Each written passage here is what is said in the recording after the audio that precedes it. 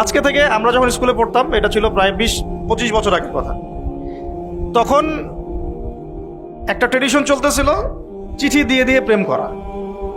আপনারা জিজ্ঞাসা করেন বড় ভাইদেরকে, ওই সময় চিঠি দিত মানুষ, চিঠি গিয়ে দিত, দেখ চিঠিতে কি লিখছে, চিঠি হস্তান্তর হতো। আর একটা চিঠি আসলে কত গোপনীয়তার সাথে সে এটাকে সেভ করতো, কেউ দেখে ফেললে সমস্যা। ডেট করবে, ছেলে মেয়ে ডেটে যাবে, এটা চিন্তাই করতো না যে রিক্সায় করে গেলে কেউ যদি দেখে ফেলায় কি হবে। মনে আছে আপনাদের? তারপরে আসলো হিন্দি সিনেমার যুগ, মনে আছে? আর কয়েকটা দাজ্জালের এজেন্ট, আমি বলি এগুলোকে দাজ্জালের এজেন্ট, মুসলমান হোক আর অমুসলিম হোক। দাজ্জালের কাজ কি? সারা বিশ্বে ফাসাদ সৃষ্টি করা আর সারা বিশ্বকে শাসন করবে। সে কি সারা বিশ্বকে ইসলামের বলে শাসন করবে না কুফুরির বলে শাসন করবে? আসে নাই সে এখনো, কিন্তু তার অনুসারীরা তো অ্যাক্টিভ। সে তো এখনো সশরীরে আসে নাই, কিন্তু তার অনুসারীরা তো অ্যাক্টিভ। তো তখন বের হলো ওই শাহরুখ খান, সালমান খানদের যুগ। 7 দিন পর একটা করে মুভি বের হয়, আর বাংলাদেশ একটা বড় বাজার এগুলোর। বাংলাদেশের ইয়াং জেনারেশন একদম গেলা শুরু করলো। এই করে করে করে আস্তে আস্তে স্কুলে, কলেজ, ইউনিভার্সিটিতে খালি প্রেম, খালি প্রেম, খালি প্রেম শুরু। মনে আছে? তখন আর ওই চুপচুপ করে চিঠি টিঠির যুগ নাই, তখন এখন ওপেন ডেটিং শুরু হয়ে গেল। এই যুগটা চললো বেশ কয়েকদিন, ভালো করে খেয়াল করে দেখেন। ওই সময়টা চললো বেশ কয়েক বছর। আস্তে আস্তে আস্তে আস্তে ওই সময়টার পরে আরো আপডেটেড হলো এরা। এবার কি? এবার মাদক, ইয়াবার যুগ আসলো। ইয়াবা, এখন ইয়াবা সবাই খাওয়া শুরু করলো। গাঁজা, ফেন্সিডিল, ইয়াবা খুব চলা শুরু করলো আস্তে আস্তে। তার আগে চলতো সিগারেট, অনলি স্মোক করতো, তাও লুকায় লুকায়, যদি কেউ দেখে ফেলায়। তারপরে বড় ভাইয়ের সামনে, তারপরে সবাই একাকার বাপ ছেলে একসাথে। হ্যাঁ, তারপরে ইয়াবা, ফেন্সিডিল, হেরোইনের যুগ আসতে থাকে। চিন্তা করেন কিভাবে আস্তে আস্তে আস্তে আস্তে আমাদেরকে দাজ্জালের অনুসারী বানায় ফেলা হয়েছে অলরেডি। তারপরে শুরু হলো সরাসরি পর্নোগ্রাফির যুগ। এই মোবাইল, ইন্টারনেট অ্যাক্সেস হয়ে গেল সবার হাতে হাতে। এখন smartphone, 4G network, 3G, 4G, 5G। আগে তো সাইবার ক্যাফেতে গিয়ে মানুষ লুকায় লুকায় পর্ন দেখতো, মনে আছে আপনাদের? 20 বছর আগে চলে যান। 2000, আমি এই কথাগুলো বলতেছি 2012 থেকে 15-16 এই সময়কার ঘটনা। 10 থেকে 20 ধরেন, 5 থেকে 15 ধরেন, 2005 থেকে 15। তারপরে অ্যাক্সেস শুরু হলো ঘরে ঘরে। এখন পর্নোগ্রাফি, ছেলেমেয়েরা সবাই পর্ন দেখে। ছেলেমেয়েরা সবাই পর্ন দেখে কি? মাদ্রাসা ছেলেপেলেও পর্ন দেখে। আমার সামনে তারা কথা বলতে বলেন। মাদ্রাসার ছেলেপেলের হাতে যখন আপনি স্মার্টফোন দিয়ে দিয়েছেন, ওর ফোন চেক করে দেখেন কি করে। বহু মাদ্রাসার শিক্ষক পর্ন দেখে, এখনো দেখে।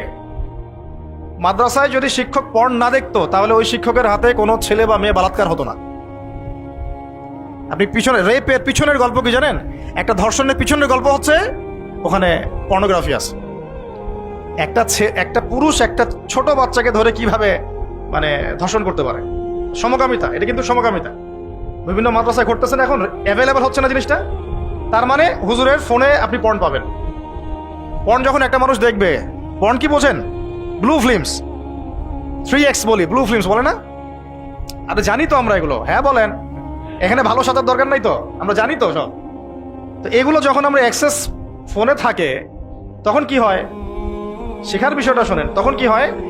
এটা দেখতে দেখতে মানুষের মাথা আর মানুষের মাথা থাকে না। স্বাভাবিক যে একটা মানে প্রেম, ভালোবাসা, প্রেম একটা হৃদ্যতা, ভালোবাসা, মহাব্বত, স্ত্রীর প্রতি যে ভালোবাসা, মহাব্বত, ওই জায়গায় স্থান দখল করে যৌনতা। একটা মেয়েকে দেখলে মনে হয় একে জাস্ট রেপ করতে হবে, এটা ভোগের বস্তু। একটা মেয়ের দিকে সে সম্মানের চোখে তাকাতেই পারবে না। একটা মেয়ে মানুষ, আমার বড় বোন বা আমার কাজিন, আমার মায়ের, আমার দাদির বয়স, কাউকে সে আর সম্মানের চোখে দেখতে পারবে না। অনেক সময় দেখা যায় বৃদ্ধা মহিলার সাথেও জেনা করে ফেলছে। ভালো করে বোঝেন, পেপার পত্রিকা পড়েন, আমার কথাগুলো মেলান, আমার কথাগুলো একটু মেলানোর চেষ্টা করেন। অনেকে আমাদের ব্যাপারে অনেক কিছু বলে, ওইগুলো মাথার এক সাইডে দেখে আমাদের কথাগুলো বাস্তবে মেলানোর চেষ্টা করেন। তারপরে আজ থেকে 10 বছর পর আপনি বুঝতে পারবেন কোনটা সঠিক ছিল, কোনটা ভুল। সঠিক বেঠিক ভুল ভালো মন্দটা আপনি বুঝতে পারবেন একটু পরে। যেমন কাগজের টাকা বুঝতে পারছেন 5 বছর পর, এগুলো বুঝবেন 10 বছর পর ইনশাআল্লাহ।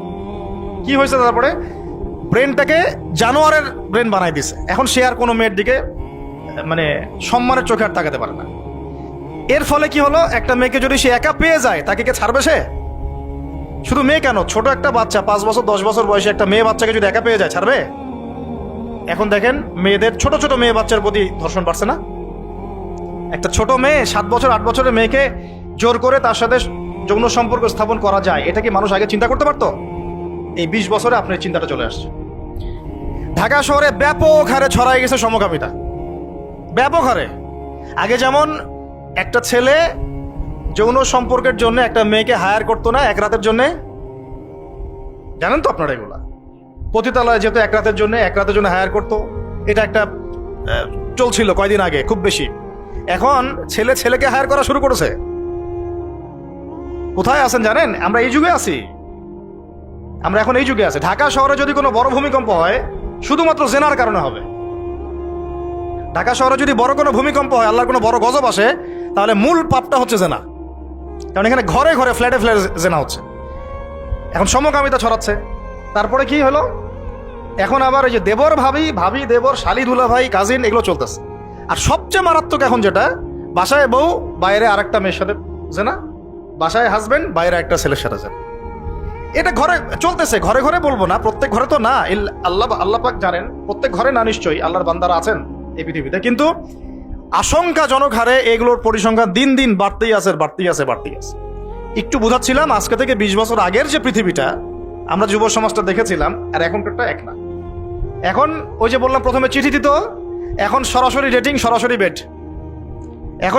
এখন ব্রেকআপটা এমন যে আচ্ছা ওর সাথে তো হয়ে গেছে, আরেকটার সাথে। এখন এক একটা মেয়ে, এক একটা ছেলে বিয়ে করার আগে মিনিমাম 4-5টার সাথে প্রেম করতেছে, এবং শুধু প্রেম না, এগুলো শারীরিক সম্পর্ক করতেছে। করার পরে ওই মেয়ে যখন কারো ঘরে বউ হিসেবে যাবে, চিন্তা করেন ওর গর্ভ থেকে কি সন্তান আপনি পাবেন, আর সে কি আপনাকে